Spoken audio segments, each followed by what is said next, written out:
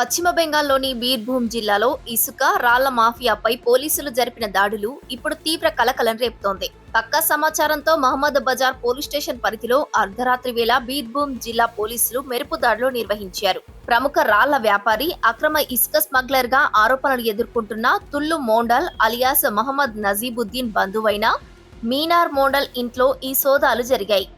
ఆశ్చర్యకరమైన విషయమేమిటంటే మీనార్ మోండల్ ప్రభుత్వ బస్సు కండక్టర్ గా పనిచేస్తున్నప్పటికీ అతని ఇంట్లో ఏకంగా 6 కోట్ల రూపాయలకు పైగా నగదు, దాదాపు 15 కిలోల బంగారాన్ని చూసి అధికారులు సైతం దిగ్భ్రాంతి చెందారు.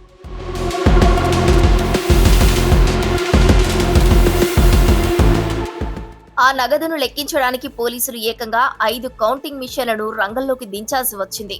ఒక సాధారణ బస్సు కండక్టర్ ఇంట్లో ఇంత భారీ మొత్తంలో డబ్బు, బంగారం ఎలా వచ్చాయనేది స్థానికులను తీవ్ర దిగ్భ్రాంతికి గురిచేస్తోంది. అయితే తుల్లు మోండల్ నడిపే అక్రమ రాళ్ల క్రషింగ్ బిజినెస్, ఇసుక, పశువుల స్మగ్లింగ్ రాకెట్లలో మినార్ మోండల్ కు ప్రత్యక్ష సంబంధాలు ఉన్నాయని ప్రాథమిక దర్యాప్తులో తేలింది. తుల్లు మోండల్ తన అక్రమ వ్యాపారాల ద్వారా సంపాదించిన నల్లధనాన్ని దాచడానికి మినార్ మోండల్ ఇంటిని ఒక సేఫ్ హౌస్ గా వాడుకున్నాడా అనే కోణంలో పోలీసులు విచారణ వేగవంతం చేశారు.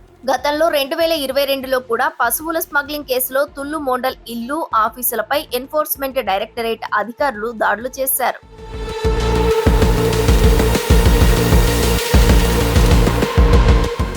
అంతేకాకుండా అధికార, ప్రతిపక్ష రాజకీయాల్లో చక్రం తిప్పే కీలక నేతలతో ఈ స్మగ్లర్లకు దగ్గరి సంబంధాలు ఉన్నట్లు తెలుస్తోంది. మాజీ ముఖ్యమంత్రి మమతా బెనర్జీకి అత్యంత ఆప్తుడిగా ఉండి ఇటీవల శాసనసభ ప్రతిపక్ష నాయకుడు రీతాబ్రత బెనర్జీ నేతృత్వంలోని తిరుగుబాటు తృణమూల్ కాంగ్రెస్ లో చేరిన అనుబ్రత మోండల్ అలియాస్ కేస్టేకు తుల్లు మోండల్ అత్యంత సన్నిహితుడని సమాచారం. ఇదివరకు పశ్చిమ బెంగాల్ ఉపాధ్యాయ నియామకాల కుంభకోణంలో మాజీ విద్యాశాఖ మంత్రి పార్థ చటర్జీ అత్యంత ఆప్తురాలి ఇంట్లో సిబిఐ సోదాలు జరిపి ఏకంగా 50 కోట్ల రూపాయల నగదు, 5 కిలోల బంగారాన్ని స్వాధీనం చేసుకుని అరెస్టు చేసిన ఘటనను ఈ వ్యవహారం గుర్తు చేస్తోంది.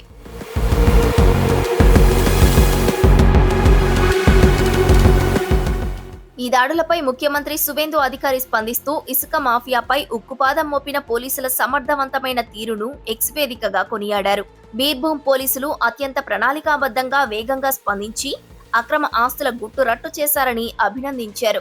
అవినీతిపై ప్రభుత్వం జీరో టాలరెన్స్ విధానంతో ముందుకు వెళ్తోందని స్పష్టం చేశారు. గతంలో అధికారంలో ఉన్న రాజకీయ నాయకుల అండ చూసుకుని ప్రజల ఆస్తులను దోచుకుంటూ అక్రమంగా ఆస్తులు కూడబెట్టిన ఏ ఒక్కరిని వదిలిపెట్టేది లేదని తీవ్రంగా హెచ్చరించారు.